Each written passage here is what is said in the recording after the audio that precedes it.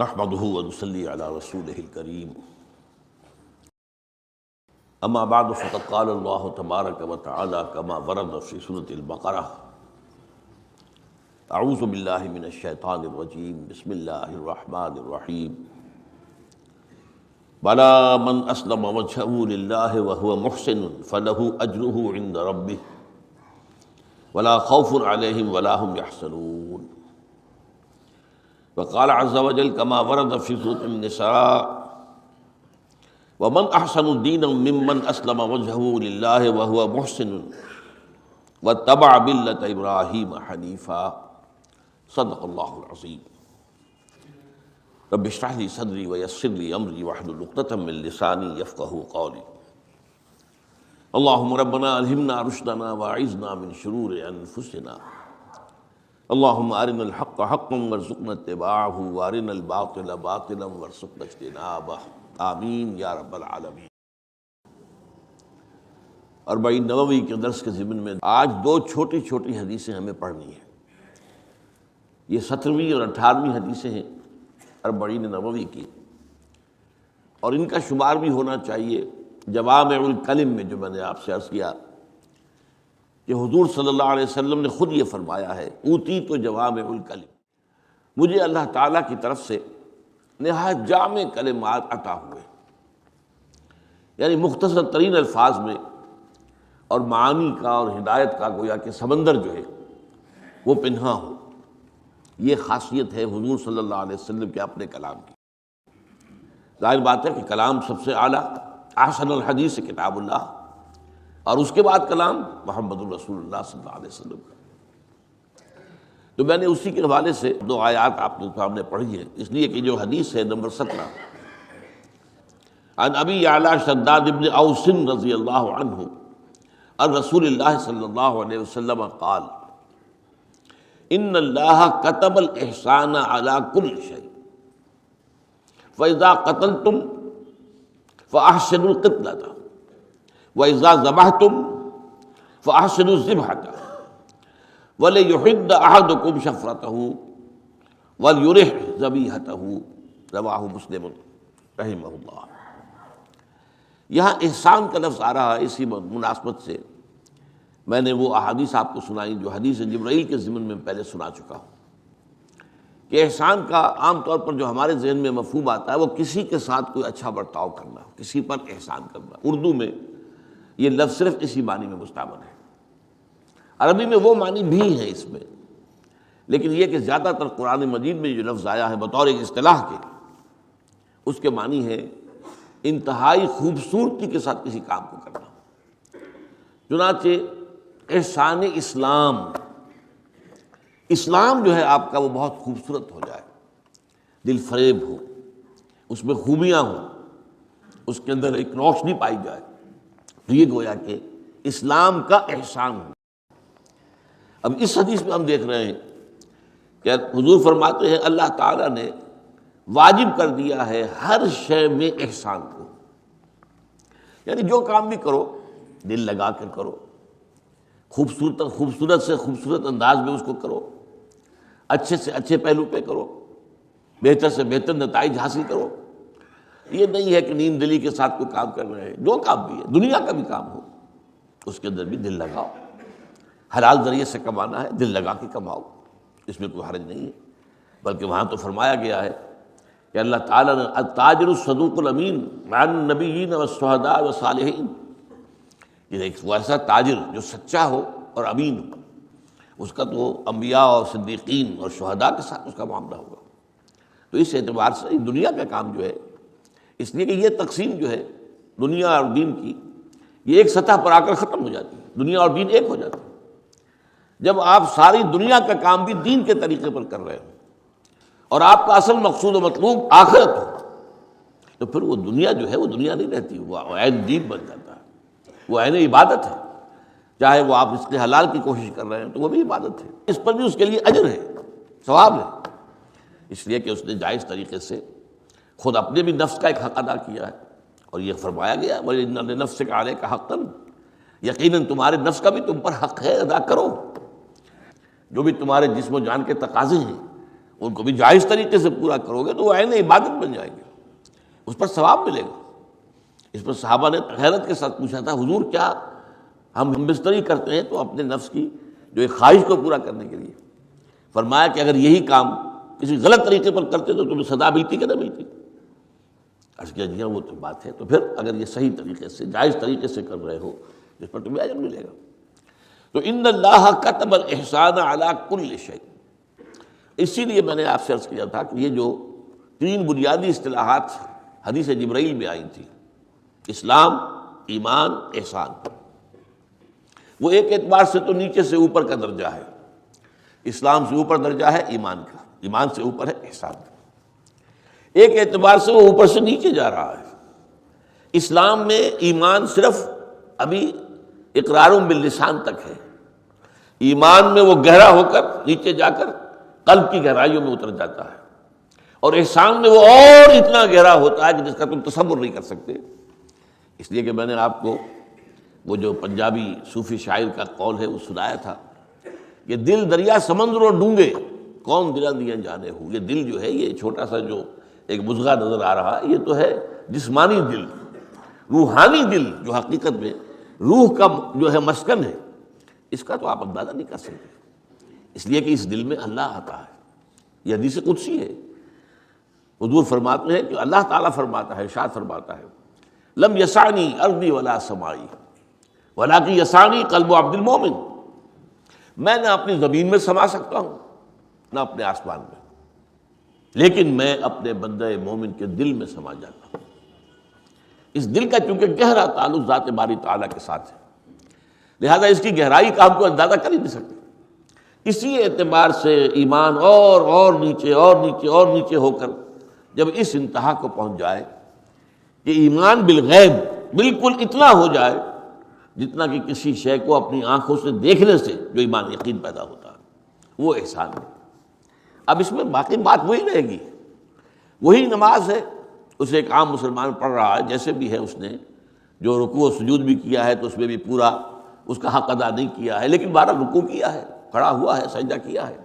پڑھا تو وہی کچھ ہے جو پڑھا جاتا ہے، لیکن دل لگا ہوا نہیں ہے، دل کسی اور دھندے میں ہے، دماغ کی چکی جو ہے وہ کچھ اور ہی آٹا پیس رہی ہے۔ تو نماز جو ہے ایک فقہی اعتبار سے تو ہو گئی اور اسلام کا تقاضا پورا ہو گیا، لیکن اسی نماز میں اگر وہ دل میں یقین کی کیفیت پیدا ہو جائے تو اب آپ سوچئے کہ کیا خوبصورتی پیدا ہو جائے گی، اسی نماز میں کیا حسن پیدا ہو جائے گا، یہ احسان الصلاۃ ہو جائے گا، یہ نماز کا خوبصورت کر دینا، نماز کو خوبصورت بنا دینا۔ اور اس سے بھی نیچے جا کر اگر بالکل ایسے ہو جائے کانک تراہ فإن لم تکن تراہ فإنہ یراک، یہ ایمان یقین اتنا گہرا ہو جائے کہ گویا کہ تم اللہ کو دیکھ رہے ہو، یا کم سے کم یہ کہ تمہیں یہ یقین ہو کہ میں اللہ کے حضور میں ہوں، اللہ مجھے دیکھ رہا ہے، اس وقت جو نماز کی کیفیت ہوگی،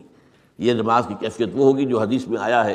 کہ الصلاۃ معراج المومنین، وہ تو اہل ایمان کے لیے معراج کے درجے میں۔ تو یہ اصل میں درجات ہیں، شکل تو وہی رہے گی نماز کی، درجہ احسان پہ پہنچ کر بھی نماز تو وہی رہے گی، وہی قیام ہوگا، وہی رکوع ہوگا، وہی سجود ہوگا، وہی کچھ پڑھا جائے گا، فاتحہ کی تلاوت ہوگی، سب کچھ ہوگا، لیکن یہ کہ اس کے اندر اس ظاہری شکل کے اسی صورت میں برقرار رہتے ہوئے زمین و آسمان کا فرق واقع ہو جائے گا۔ تو اسی طریقے سے یہاں فرمایا گیا ان اللہ کتب الاحسان علی کل شیء، اللہ تعالیٰ نے خوبصورتی اور اچھا انداز، اچھا اسلوب اختیار کرنا واجب کر دیا ہر معاملے میں۔ اب اس میں مثالیں دی ہے، فَإِذَا قَتَلْتُمْ فَأَحْسِنُوا الْقِتْلَةَ، اگر تم کسی کو قتل کرو تو عمدگی کے ساتھ قتل کرو، خوبصورتی کے ساتھ قتل کرو۔ کیا معنی ہے؟ یہ نہ ہو کہ آپ کا وار کہیں پڑ رہا ہے، مارنا کہیں تھا، اسی لیے آپ کو معلوم ہے کہ جلاد جو ہے یہ پیشہ ہے، ہر آدمی جو ہے اس کا ہو سکتا ہے کہ اس کو اگر گردن اڑانے کے لیے آئے، فرض کیجئے کوئی شخص ہے، قصاص میں قتل کیا جانا ہے اس کو، یا کسی اور جرم کی سزا ایسی ہے وہ مرتد ہو گیا ہے تو قتل کیا جانا ہے، تو یہ قتل کرنا بھی ایسے ہو کہ ایک ہی وار میں گردن اتر جائے اور جو اس کو زیادہ تکلیف نہ ہو، ورنہ یہ کہ وار اوچھا پڑ رہا ہے، وہ جو کبھی وہ شعر مجھے یاد آ رہا تھا جگر کا، میں چوٹ بھی کھاتا جاتا ہوں اور قاتل سے بھی کہتا جاتا ہوں، توہین ہے دست و بازو کی وہ وار کے جو بھرپور نہیں، وار تو بھرپور ہونا چاہیے، تو ایک ہی وار میں گردن کا اڑا دینا یہ ایک پروفیشنل آدمی کر سکتا ہے، ورنہ یہ کہ عام آدمی جو ہے وہ کہیں تو اس طریقے سے فرمایا کہ فَإِذَا قَتَلْتُمْ فَأَحْسِنُوا الْقِتْلَةَ، خوبصورتی کے ساتھ، عمدگی کے ساتھ، تاکہ وہ مقصد پورا ہو جائے اور اس کو تکلیف کم سے کم ہو۔ اصل میں تکلیف پہنچانا مقصود نہیں، یہ تو عبرت ہے، دنیا کے لیے عبرت کے طور پر در حقیقت یہ اللہ تعالیٰ نے سزائیں رکھی ہیں کہ کوئی شخص قاتل ہے، قتل ہوتا ہے اس طور سے برسر عام سب کے سامنے، تو معلوم ہوا کہ اس سے لوگوں کے اندر ایک سبق آ جائے گا، عبرت آ جائے گی، اور قتل جو ہے، ناحق قتل جو ہے، اس کا معاشرے سے خاتمہ ہو جائے گا۔ اسی طرح فرمایا وَإِذَا ذَبَحْتُمْ فَأَحْسِنُوا الذِّبْحَةَ، جب ذبح کرنے لگو، کوئی جانور ہے اسے تم آپ ذبح کرنے چلے ہیں، بکری ہے، کوئی مینڈھا ہے، کوئی اور شے ہے، تو وہ بھی بڑی خوبصورتی کے ساتھ ذبح کرو۔ اور اس کی مزید سے وہ جو ہے وضاحت کر دی وَلْيُحِدَّ أَحَدُكُمْ شَفْرَتَهُ، چاہیے کہ تم میں سے جو شخص بھی ذبح کر رہا ہو کسی جانور کو، بکری کو، مینڈھے کو، کسی اور شے کو، گائے کو، بیل کو، تو وہ اپنی چھری کو تیز کرے۔ یہ نہ ہو کہ اس کو آپ جو ہے وہ کھنڈی چھری ہے، اس کو جو آپ رڑ رہے ہیں، اور وہ جانور ظاہر بات ہے کہ آخر اس کی بھی نفسیات ہیں، وہ جانور کے بھی احساسات ہیں، حسیات ہیں، یہ ساری چیزیں آپ کو معلوم ہے کہ ہے، اس میں حیوان ہے، وہ بھی زندہ ہے، اس کے اندر زندگی ہے۔ تو اب یہ جو اگر آپ اس کے ساتھ دھینگا مشتی کر رہے ہیں اور آپ کی جو چھری ہے وہ کاٹ ہی نہیں رہی ہے، نہیں، ایسا نہیں ہونا چاہیے۔ وَلْيُحِدَّ أَحَدُكُمْ شَفْرَتَهُ، چاہیے کہ جو بھی تم میں سے یہ کام کرے وہ پھر اپنی چھری کو تیز کر دے۔ وَلْيُرِحْ ذَبِيحَتَهُ، اور جو ذبیحہ ہے اس کو آرام پہنچائے، اس کو تکلیف نہ دے۔ جو بھی ہے ذبح تو آپ نے کرنا ہے، بکری کا گوشت آپ نے کھانا ہے، وہ آپ کے لیے حلال ہے، جائز ہے، لیکن یہ کہ اس بکری کو ذبح کرتے ہوئے اس سے کم تکلیف ہو، بجائے اس کے کہ اس کے اوپر جو ہے آپ، جیسا کہ میں نے کہا ہے کہ کھنڈی چھری لے کر جو ہے اس کے ساتھ پل پڑے، یہ نہیں ہو، بلکہ اس کے لیے تیاری کر کے۔ تو اس معاملے میں اب یہ چیز وہ ہے کہ جو اسلامی معاشرے میں خاص قسم کی تہذیب اس سے پیدا ہوتی ہے، یہ تہذیب ہے، تہذیب نفس ہے، لوگوں کے اندر ہر کام کو کرنے میں بہتر سے بہتر شکل اختیار کرنے کی کوشش کرنا، اسی سے معاشرے کے اندر خوبیاں پروان چڑھتی ہیں، اسی سے بھلائیاں جو ہیں ان کا جو ہے ان کی ترقی ہوتی ہے۔ یہ روایت جو ہے مسلم شریف کی ہے۔ اب 18 نمبر کی حدیث ہے، عن ابی ذر جندب بن جنادۃ و ابی عبد الرحمن معاذ بن جبل رضی اللہ تعالی عنہما، یہ حدیث جو ہے دو صحابہ سے مروی ہے۔ ایک تو ہے حضرت ابو ذر رضی اللہ تعالی عنہ، ان کے بارے میں یہ نوٹ کر لیجئے، یہ درویش صحابہ میں سے تھے، فقراء صحابہ میں سے، اور ان کا فقر جو ہے اور ان کی سچائی کا نبی اکرم صلی اللہ علیہ وسلم نے گواہی دی ہے۔ اصدق لہجتاً ابو ذر، جو اپنی قول میں، اپنی بات میں سب سے زیادہ سچا ہے، اس کے ظاہر و باطن کے اندر کوئی بال برابر فرق نہیں ہے، وہ میرا یہ دوست ابو ذر ہے۔ اور انہی کے بارے میں فرمایا ہے کہ کسی شخص کی اگر یہ خواہش ہو، من کان یسرہ ان ینظر الی زہد عیسیٰ، اب آپ کو معلوم ہے کہ انبیاء کرام میں زہد جو ہے یہ دو ایک ہی وقت کے جو ہم عصر نبی ہیں، حضرت یحییٰ اور حضرت عیسیٰ، زہد انتہائی درجے کا ان میں تھا، انتہائی درجے۔ تو جس شخص کی خواہش ہو کہ وہ عیسیٰ کا زہد اپنی آنکھوں سے دیکھے، دیکھنا چاہے کہ کتنا عیسیٰ علیہ السلام کتنے زاہد تھے، وہ میرے ساتھی ابو ذر کو دیکھیں۔ ابو ذر کے اندر بھی زہد جو ہے وہ اسی درجے کا ہے جس درجے کا کہ حضرت عیسیٰ علیہ السلام میں تھا۔ تو ایک تو وہ حضرت ابو ذر اس حدیث کے راوی ہیں، دوسرے حضرت معاذ بن جبل ہیں رضی اللہ تعالیٰ عنہ، وہ بھی بہت نمایاں ہیں، ان کی ایک حدیث ہم بڑی تفصیل کے ساتھ پڑھ چکے ہیں، کیونکہ یہ جو ہے فقہائے صحابہ میں سے، ابو ذر فقراء صحابہ میں سے ہیں، درویش صحابہ میں سے، فقراء میں سے، اور یہ فقہائے صحابہ میں سے۔ ان کے بارے میں حضور کا جو قول ہے افعل التفضیل کے صیغے کے اندر، وہ یہ ہے کہ اعلمہم بالحلال والحرام معاذ بن جبل، میرے صحابہ میں حلال اور حرام کا سب سے زیادہ علم رکھنے والا معاذ ہے رضی اللہ تعالیٰ عنہ، معاذ بن جبل رضی اللہ تعالیٰ عنہ۔ اب یہ دونوں راوی ہیں، اس اعتبار سے اس حدیث کی اہمیت زیادہ ہوگی کہ صحابہ میں سے دو ہیں کہ جن سے یہ روایت شروع ہو رہی ہے۔ روایت کیا ہے؟ حضور نے فرمایا اتق اللہ حیث ما کنت، جہاں کہیں بھی ہو اللہ کا تقوی اختیار کرو، واتبع السیئۃ الحسنۃ تمحها، اور اگر کوئی برائی کا صدور تم سے ہو جائے تو اس کے فوراً اس کے پیچھے کوئی نیکی کا کام کرو تاکہ وہ اس برائی کو محو کر دے، ختم کر دے، دھو دے تمہارے نامہ اعمال سے، وہ ڈیبٹ کریڈٹ ہو کر وہ جو ڈیبٹ کا انٹری ہے وہ ختم ہو جائے۔ وَخَالِقِ النَّاسَ بِخُلُقٍ حَسَنٍ، اور لوگوں کے ساتھ حسن معاشرت کے ساتھ اور حسن اخلاق کے ساتھ پیش آؤ۔ وہی تہذیب جس کا کہ میں نے ابھی ذکر کیا تھا، یہ اصل میں اسلامی تہذیب اور تمدن کا یہ جو خد و خال ہے، ان میں جو حسن ہے، اس کے اندر جو خوبیاں ہیں، وہ اس قسم کی احادیث جو ہیں ان پر عمل کرنے سے وہ معاشرہ پیدا ہوتا ہے۔ تو فرمایا اتق اللہ حیث ما کنت، جہاں کہیں بھی ہو اللہ کا تقوی اختیار کرو۔ اس سے پہلے میں وہ حدیث آپ کو سنا چکا ہوں، فتقوی اللہ فی السر والعلانیہ، تقوی ہونا چاہیے چاہے آپ خلوت میں ہیں چاہے جلوت میں ہیں، چاہے آپ علی الاعلان کوئی کام کر رہے ہیں جسے دنیا دیکھ رہی ہے، اور چاہے آپ تنہائی میں کوئی کام کر رہے ہیں جہاں دیکھنے والا کوئی نہیں ہے، وہاں سوائے اللہ کے دیکھنے والا کوئی نہیں۔ اگر آپ مجمع میں کوئی کام کر رہے ہوں گے تو آپ کو یہ بھی خیال آ جائے گا لوگ دیکھ رہے ہیں کہ میں کام ٹھیک کروں، یہ ایک فطری طور پر بھی ہو جاتا ہے۔ آپ کی نیت میں ریاکاری نہ بھی ہو تب بھی کسی نہ کسی درجے میں فطری طور پر یہ بات پیدا ہو جاتی ہے۔ لیکن آپ تنہائی میں ہیں تو وہاں اگر آپ وہ بہترین انداز اختیار کرتے ہیں تو اس کا مطلب یہ ہے کہ واقعتاً اس کی جڑیں آپ کی شخصیت کے اندر مضبوطی کے ساتھ جمی ہوئی۔ تو اتق اللہ حیث ما کنت، جہاں بھی ہو اللہ کا تقوی اختیار کرو۔ وَأَتْبِعِ السَّيِّئَةَ الْحَسَنَةَ تَمْحُوهَا، اور اگر کوئی برائی ہو جائے تو فوراً اس کے بعد کوئی نیکی کرو جو اس کو مٹا دے گی۔ یہ در حقیقت اس کا میں چاہتا ہوں کہ سورہ توبہ میں جو بات آئی ہے اس کے حوالے سے اس کو سمجھ لیں۔ سورہ توبہ میں غزوہ تبوک کے بعد واپسی پر حضور صلی اللہ علیہ وسلم نے پھر جو ہے جو لوگ نہیں گئے تھے ان سے جواب طلبی بھی کی، بعض صحابہ کو کچھ سزا بھی دی، وہ تفصیل لمبی ہے اس کی، وہ میں بیان نہیں کر سکتا، جو بغیر کسی عذر کے نہیں گئے۔ منافقین نے تو جھوٹے بہانے بنا لیے، حضور یہ تھا یوں تھا یوں تھا، اچھا جاؤ، گویا کہ آپ نے ان کو اہمیت نہیں دی، اور آپ نے یہ نہیں کہا جانتے ہوئے بھی کہ یہ جھوٹ بول رہا ہے، یہ نہیں کہا کہ تم جھوٹ بول رہے ہو۔ یہ حضور کی مروت تھی، شرافت تھی، یہ آپ کا اخلاق حسنہ تھا۔ لیکن وہ 3 صحابہ ایسے تھے جنہوں نے مان لیا حضور ہماری کوئی عذر نہیں تھا، بس ہمارے نفس نے ہمیں بہکایا۔ ان میں سے ایک صاحب نے بڑی تفصیل کے ساتھ بیان کیا کہ حضور جس قدر میں خوشحال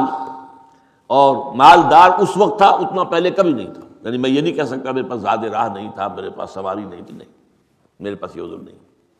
جتنا میں صحت مند اس وقت تھا اتنا میں اس سے پہلے نہیں تھا، یہ سب کچھ۔ لیکن میرے نفس نے مجھے یہ کہا کہ حضور تو ابھی روانہ ہو رہے ہیں نا، اور 30,000 کا لشکر نکل جا رہے ہیں، تو لشکر تو آہستہ آہستہ چلے گا، تم جو ہے تمہاری پاس جو تمہاری ناقہ جو ہے اونٹنی وہ بڑی تیز رفتار ہے، ابھی 1-2 دن کے بعد تم سے روانہ ہو جانا، جا کے پکڑ لو گے حضور کو، حضور کے ساتھ پہنچ جاؤ گے۔ اب یہ ہے وہ جو نفس دھوکہ دے رہا ہے، یہ نہیں ہے کہ نہیں جانا ہے، اس کا فیصلہ نہیں، جانا ہے،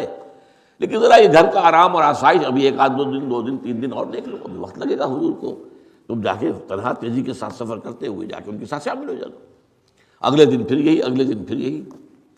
چند دن کے بعد احساس ہو اب تو میں کتنا بھی تیز جاؤں حضور کے ساتھ نہیں رہ سکتا، لہٰذا بیٹھے رہ گئے۔ انہوں نے مان لیا بات، انہیں سزا دی۔ اس موقع پر سورہ توبہ میں ایک تقسیم آئی ہے صحابہ کی، کہ ایک تو ٹاپ پر وہ لوگ ہیں السابقون الاولون من المہاجرین والانصار، مہاجرین اور انصار میں جو سب سے پہلے ایمان لانے والے ہیں یہ ہیں ٹاپ پر، سابقون الاولون۔ اب سابقون الاولون جو مہاجرین انصار میں سے ہیں، وہ ظاہر بات ہے کہ مہاجرین کے سابقون کے کم سے کم 10-15 برس بعد کے آدمی ہیں، اس لیے کہ وہاں تو ایمان پہنچے بہت دیر میں، لیکن یہ اصل میں ایک کیفیت ہوتی ہے کہ جیسے ہی بات سامنے آئی فوراً مان لینا، یہ صدیقیت، یہ جیسے صحابہ میں مہاجرین میں تھی، اسی طریقے سے اس کی مثالیں جو ہیں حضرت معاذ، سعد بن معاذ اس کی بہت بڑی مثال ہے، تو ایسے ہی جو ہے وہ انصار میں بھی تھی، تو درجے میں برابر ہو جائیں گے۔ السابقون الاولون من المہاجرین والانصار والذین اتبعوہم باحسان، اور وہ لوگ جنہوں نے پیروی کی ان کی احسان کے ساتھ، خوبصورتی کے ساتھ، دیکھیے وہی لفظ ہے احسان، پوری خوبصورتی کے ساتھ، یعنی اگرچہ انہیں وقت تو لگ گیا، کچھ فوری طور پر تو ایمان نہیں لائے، دے ٹک دیئر ٹائم، کچھ نہ کچھ وقت لگا ہے، لیکن یہ کہ بڑی خوبصورتی کے ساتھ ان کا بھی ایمان خالص تھا، اور بڑے خلوص کے ساتھ، اور پوری گویا کہ قلب و ذہن کی ہم آہنگی کے ساتھ وہ ایمان لائے۔ تو یہ تو ہے رضی اللہ عنہم ورضوا عنہ، یہ تو سب سے اونچے مقام پر ہو گئے سابقون الاولون اور متبعین باحسان۔ پھر درجہ آ گیا منافقین کا. ان منافقین کے ضمن میں فرما دیا گیا قرآن مجید میں سورہ توبہ کے اندر، وہ منافقین بعض اوقات یہ کرتے تھے کہ حضور ہم سے کچھ صدقہ آپ وصول کر دیں، ہمارا چندہ لے لیں، ہمیں اس جہاد پر جانے سے جو ہے آپ مستثنیٰ کر دیں. اب اس میں یہ ہے کہ غزوہ تبوک سے پہلے کسی غزوے میں نفیر عام نہیں تھی. یہ نہیں تھا کہ ہر مسلمان نکلے لازم، تو حضور ان کا عذر بھی قبول کر لیتے تھے، اور ان کی طرف سے اگر کوئی صدقہ اور کوئی نفقہ پیش کیا گیا، کوئی انفاق کیا انہوں نے، وہ بھی قبول کر لیتے تھے. لیکن یہ کہ غزوہ تبوک کے بعد سے حضور کو روک دیا گیا، اب ان منافقین کے صدقات آپ قبول نہ کریں، اب ان سے کوئی ان کے نفقات جو ہیں اللہ کی راہ میں بظاہر جو خرچ کر رہے ہیں قبول نہیں کریں گے، بلکہ کہہ دیجئے، یہ آیات نمبر 53 اور 54 ہے سورہ توبہ کی، قل انفقوا طوعا او کرہا، اے نبی ان سے کہہ دیجئے، اے منافقوں تم چاہے خرچ کرو دلی آمادگی سے یا مجبوری سے، کیا کریں اب کسی نہ کسی طریقے سے جان چھڑانی ہے نا. قل انفقوا طوعا او کرہا لن یتقبل منکم، وہ قبول نہیں کیا جائے گا، انکم کنتم قوما فاسقین. اس لیے کہ اب معاملہ اس درجے تک پہنچ گیا ہے کہ اس میں کسی شک و شبہ کی گنجائش نہیں رہی ہے کہ تم یقیناً سرکش لوگوں میں سے ہو، باغی لوگوں میں سے ہو، تم فاسقوں میں سے ہو. یہ سارا تمہارا طرز عمل جو ہے اسے ثابت کر دیا ہے. اور فرمایا اس کے بعد ما منعهم ان تقبل منهم نفقاتهم الا انهم كفروا بالله ورسوله، اور یہ جو نہیں منع کیا گیا ہے ان کے صدقات کو قبول کرنے سے، نہیں روکا ہے کسی چیز نے ان کے صدقات و نفقات کی قبولیت کو، مگر اس نے کہ حقیقت میں وہ کفر کر چکے ہیں اللہ اور اس کے رسول کے ساتھ. یہ میں جیسا کہ بارہا مختلف مواقع پر عرض کرتا رہا ہوں، منافقین کے بارے میں تدریجاً معاملہ آگے بڑھا ہے. سورہ بقرہ میں ہم دیکھتے ہیں کہ لفظ منافق آیا ہی نہیں، نفاق کا لفظ ہی نہیں، صرف مرض فی قلوبہم مرض فزادہم اللہ مرضا ولہم عذاب علیم بما کانوا یکسبون. ان کے دلوں میں ایک روگ ہے، ایک مرض ہے، ایک بیماری ہے، باقی لفظ اس کا واضح نہیں کیا کہ یہ منافقت ہے، نفاق ہے. آل عمران میں ایک جگہ لفظ آ گیا ہے، لیکن سورہ نساء میں کھل کر بات ہوئی ہے، بڑی تفصیل سے بات ہوئی ہے. وہاں یہ بھی فرما دیا گیا ہے کہ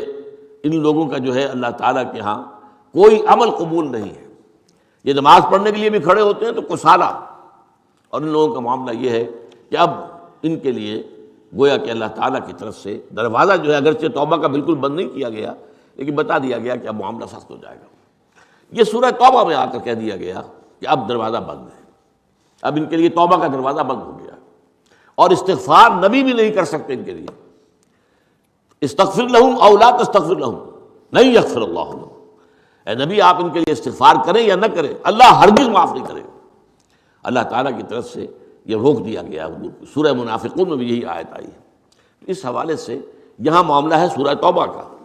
اب یہاں گویا کہ قرار دے دیا گیا ہے کہ تم نے حقیقت میں کفر کر چکے ہو، چاہے یہ کہ تم بظاہر مسلمان بنے ہوئے ہو، لیکن تم حقیقت کے اعتبار سے تمہارا پردہ چاک ہو چکا ہے کہ تم کافر ہو،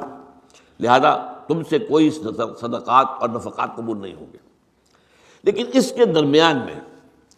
السابقون الاولون من المہاجرین والانصار ٹاپ پر، والذین تبعوہم بإحسان اس کے نیچے،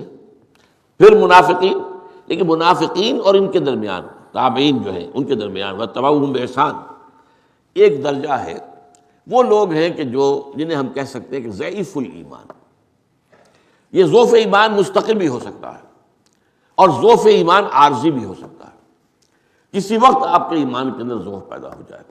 جیسے کہ میں نے حضرت کعب بن مالک کی اپنی بیان کردہ تفصیل سے آپ کو بتا دیا. وہ نفس جو ہے وہ انہیں بہلاتا رہا کہ کوئی نہیں، کوئی بات نہیں، جانا چلے جانا، تم نے منہ نہیں موڑنا ہے جہاز سے، ٹھیک ہے، لیکن یہ کہ ابھی تیزی کے ساتھ جانا، حضور سے مل لینا، ابھی 1-2 دن اور 3 دن اور اپنے یہ جو بھی نخلستان ہے اس کی چھاؤں سے فائدہ اٹھاؤ، گھر کی آسائشوں سے فائدہ اٹھا لو. لیکن یہ ہے کہ ان کے اندر ایمان تو سب کمزور ہوا ہے، منافقت نہیں تھی. وہ 3 حضرات جنہوں نے آ کے اپنا یہ قصور مان لیا کہ حضور ہماری بھی زبان ہے، ہم بھی باتیں بنا سکتے ہیں، جیسے منافقین جا رہے تھے جھوٹے بہانے بنا کر، اور حضور کہتا ٹھیک ہے جائیے، ہم بھی کر سکتے، لیکن نہیں. آج ہم آپ کو اگر کسی طریقے سے راضی کر بھی لیں گے تو کل اللہ کے سامنے ہم کیا جواب دیں گے، اس لیے صحیح بات بتا دی. تو ان کے بارے میں فرمایا ہے وآخرون اعترفوا بذنوبہم خلطوا عملا صالحا وآخر سیئا. کچھ لوگ ایسے بھی ہیں کہ جنہیں اپنے گناہوں کا اعتراف ہے، اور انہوں نے اچھے اعمال کے ساتھ کچھ برے اعمال بھی گڑبڑ کر دیے۔ اب یوں سمجھیے کہ ہم میں سے بہترین لوگ بھی در حقیقت اس کیٹیگری میں آئیں گے، بہت ہی کم ہوں گے جو اس سے اوپر کی دو کیٹیگریز ہیں جو ان کے اندر شامل ہو سکتے ہوں، اس میں تو آئیں گے۔ ٹھیک ہے، ہمیں اپنی غلطیوں کا اعتراف ہے، اپنے گناہوں کا اعتراف ہے، اپنی کوتاہیوں کا اعتراف ہے، اپنی کمیوں کا اعتراف ہے۔ پھر یہ کہ اگر کوئی برے کام ہم سے صادر ہوتے ہیں تو اچھے کاموں کی بھی اللہ توفیق دیتا ہے، کوئی بھلے کام کی، کوئی نیکی کی، کوئی بر و تقویٰ کا معاملہ بھی ہے، اللہ تعالیٰ اس کی توفیق دیتا ہے۔ تو یہ جو ہے یہ اس اعتبار سے بہت اہم آیت ہے۔ وآخرون اعترفوا بذنوبهم خلطوا عملا صالحا وآخر سیئا عسى الله ان يتوب عليهم ان اللہ غفور رحیم۔ قریب ہے کہ اللہ تعالیٰ ان کی توبہ قبول فرمائے گا، یا دوسرا صحیح ترجمہ ہوگا قریب ہے کہ اللہ تعالیٰ ان پر اپنی کمال رحمت کے ساتھ متوجہ ہو جائے گا۔ توبہ کے معنی پلٹنا ہے۔ ایک توبہ بندہ کرتا ہے، گناہ کی وجہ سے گویا کہ اس نے پیٹھ پھیر لی تھی اللہ کی طرف سے اور دوسری طرف رخ کر لیا تھا گناہ کی وجہ سے۔ توبہ کرتا ہے، پلٹتا ہے، اللہ کی طرف رخ کر لیتا ہے دوبارہ، اور اعتراف کرتا ہے اپنی خطا کا اور استغفار کرتا ہے، معافی چاہتا ہے اللہ سے۔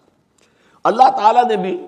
جب اس نے رخ موڑ لیا تھا تو اللہ نے بھی اپنی رحمت کا رخ موڑ دیا تھا، اب اس کی جانب رحمت کا رخ نہیں رہا تھا۔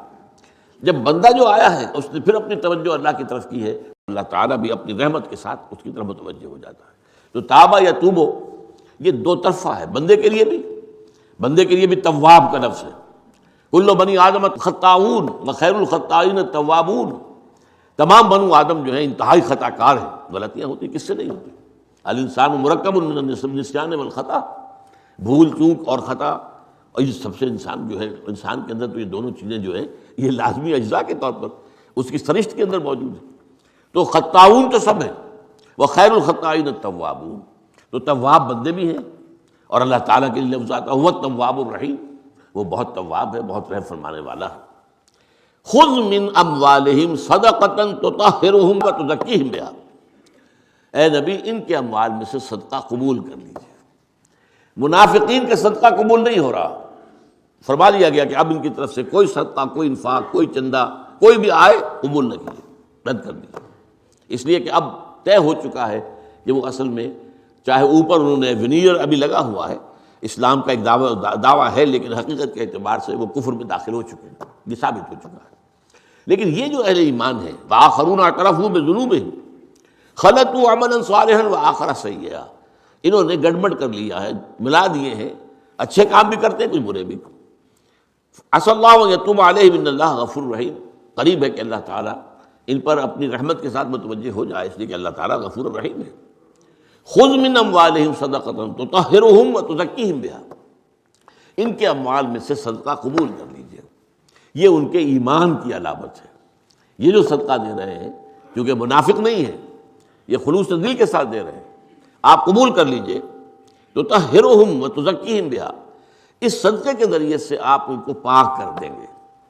جو بھی غلطی اور کوتاہی کی وجہ سے، جو بھی کدورت، جو بھی سمجھیے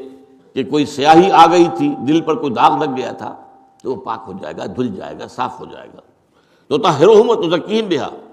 وصلی علیہم، اور ان پر ان کے لیے دعا بھی کیجیے، ان پر ان کے لیے اللہ تعالیٰ سے رحمت کی طلب کیجیے، استغفار کیجیے۔ ان صلاتک سکن لہم، یقیناً آپ کا دعا کرنا، جب وہ دیکھتے ہیں کہ اللہ کے نبی نے ہمارے لیے دعا کی ہے کہ اللہ ان کے اس نفقات کو، ان کے اس صدقات کو قبول فرما لے، تو یہ ان کے لیے تسکین کا موجب، ان کے جو ہے زخموں کے اوپر پھاہ رکھنے کے مانند ہو جاتا ہے۔ واللہ سمیع علیم، اور اللہ تعالیٰ جو ہے وہ سب کچھ سننے والا، سب کچھ جاننے والا ہے۔ تو یہ حدیث ہے اتق اللہ حیث ما کنت واتبع السیئۃ الحسنۃ تمحها، جب بھی کبھی خطا ہو جائے، غلطی ہو جائے، برائی ہو جائے، کوئی گناہ کا ارتکاب ہو جائے، فوری طور پر توبہ بھی کرو اور فوری طور پر کسی نیک کام کا اہتمام کرو، کوئی صدقہ ہے، کوئی خیرات ہے، کوئی اور نوافل ہے، کسی اور طرح سے دین کی خدمت کے اندر زیادہ وقت لگانے کا معاملہ ہے۔ اس سے یہ ہے کہ جو بھی خرابی ہوئی ہے اس کو وہ محو ہو جائے گی۔ التائب من الذنب کمن لا ذنب لہ، ہمارے ہاں تو توبہ کا دروازہ اتنا کشادہ ہے کہ گناہ سے توبہ کرنے والا اگر حقیقی مفہوم میں توبہ کر رہا ہے تو بالکل ایسے جیسے انہوں نے گناہ کیا ہی نہیں، صاف ہو جاتا ہے۔ بلکہ یہاں تک آتا ہے سورہ الفرقان میں فاولئک یبدل اللہ سیئاتہم حسنات، جب توبہ صحیح معنی میں کی جائے، الا من تاب وآمن وعمل عملا صالحا فاولئک یبدل اللہ سیئاتہم حسنات، وہ جو شخص صحیح معنی میں توبہ کرتا ہے تو اللہ تعالیٰ اس کے نامہ اعمال سے وہ جو سیاہ دھبے تھے، یہ سیاہ اعمال کا اندراج تھا، ان کو دھو کر اور اس کی جگہ پر نیکیوں کا اندراج کر دیتا ہے۔ اور دوسری بات اس میں آئی ہے وَخَالِقِ النَّاسَ بِخُلُقٍ حَسَنٍ، لوگوں کے ساتھ اچھے اخلاق کے ساتھ رہو، زندگی گزارو۔ خلق الحسن، ایک اور حدیث میں آتا ہے ای الایمان افضل، سب سے افضل ایمان کون سا ہے؟ حضور نے پوچھا اور سب لوگوں نے کہا اللہ رسول عالم، پھر فرمایا خلق حسن، وہ ایمان جس کے ساتھ اخلاق حسنہ ہو، لوگوں کے ساتھ خوبصورتی کے ساتھ پیش آنا۔ اسی لیے فرمایا ہے تبسم کا فی وجہ اخیک کا صدقۃ، اگر تم اپنے بھائی سے متبسم چہرے کے ساتھ گفتگو کرتے ہو، کوئی شخص آیا ہے، آپ نے تبسم کے ساتھ اس کا استقبال کیا، اس کا بھی دل کھل اٹھا، اور ورنہ یہ کہ اگر آپ نے عبوساً قمطریرہ بنے ہوئے بس جیسے کہ کوئی زبردستی کوئی آ گیا ہے، اسے کوئی ویلکم اور اہلاً سہلاً کہنے والا آپ نہیں ہیں، تو اسے بھی یہ افسوس ہوگا میں خام خواہ کیوں آ گیا ان کے پاس۔ لیکن یہ کہ اگر آپ تبسم کے ساتھ، خوش دلی کے ساتھ، اچھے انداز میں انہیں ویلکم کہو، ان کا جو استقبال کرو، تو یہ جو حسن اخلاق ہے، حضور کے بارے میں یہاں تک آتا ہے صلی اللہ علیہ وسلم کہ اگر حضور سے کوئی مسافہ کرتا تھا تو حضور اس کا ہاتھ نہیں چھوڑتے تھے جب تک کہ وہ خود نہ چھوڑے، اس لیے کہ یہ ہاتھ اپنا کھینچ لینا یہ آپ کی اس جو مروت اور شرافت کے خلاف تھا جب تک۔ اسی طریقے سے جب کوئی شخص آپ کی طرف متوجہ ہوتا تھا، جب آپ سے گفتگو کرتا تھا، تو آپ پوری طرح مڑ کر اس کی بات سنتے تھے، یہ نہیں کہ بس سیدھے رہتے ہوئے یوں کر لیا، اس میں بھی جو ہے ایک طرح کا تکبر ہوتا ہے، پوری طرح رخ اپنا موڑ کر اس کی بات سمجھتے تھے، اس کی بات سنتے تھے، اس کی طرف متوجہ ہوتے تھے۔ تو یہ جو اخلاق حسنہ ہے، ان میں یہاں تک بھی حدیث آتی ہے کہ حضرت عائشہ صدیقہ رضی اللہ تعالیٰ عنہ سے مروی ہے، ایک مرتبہ حضور تھے حضرت عائشہ کے حجرے میں کہ آپ کو کہا گیا کہ فلاں شخص آیا ہے، آپ نے فرمایا اچھا بھیج دو اندر، آ گئے۔ ظاہر بات ہے حجرہ تو ایک ہی ہوتا تھا، ہوتا کیا تھا، حضور کی زوجہ محترمہ ہیں وہ پیٹ کر لیتی تھی، وہ چادر اپنے اوپر لے لیتی تھی، باقی اسی حال کے اندر جو ہے وہ صحابہ آتے تھے۔ حضور نے بڑے خوش اخلاقی کے ساتھ اسے خوش آمدید کہا، اس سے بڑی اچھی طریقے سے گفتگو کی۔ جب وہ چلا گیا تو حضرت عائشہ نے کہا کہ حضور آپ تو اس شخص کے بارے میں بہت بری باتیں بھی بتاتے رہے ہیں کہ اس کے اندر یہ خرابی ہے، یہ خرابی ہے، یہ خرابی ہے، لیکن آپ نے اس کا جو استقبال کیا اور اس کے ساتھ جو گفتگو کی، اس کا اکرام کیا، تو آپ نے فرمایا کہ میں حسن خلق کو کیوں چھوڑ دوں، وہ اس کا جو بھی معاملہ ہے، جو بھی اس کا کردار ہے، جو بھی اس کے کرتوت ہیں وہ اس کے ساتھ ہے، تو میں جو ہے خوش اخلاقی کو کیوں ترک کروں۔ تو خلق حسن، یہ اصل میں خالق الناس بخلق حسن، لوگوں کے ساتھ رہو اور رہو بہترین انداز میں اخلاق حسنہ کے ساتھ۔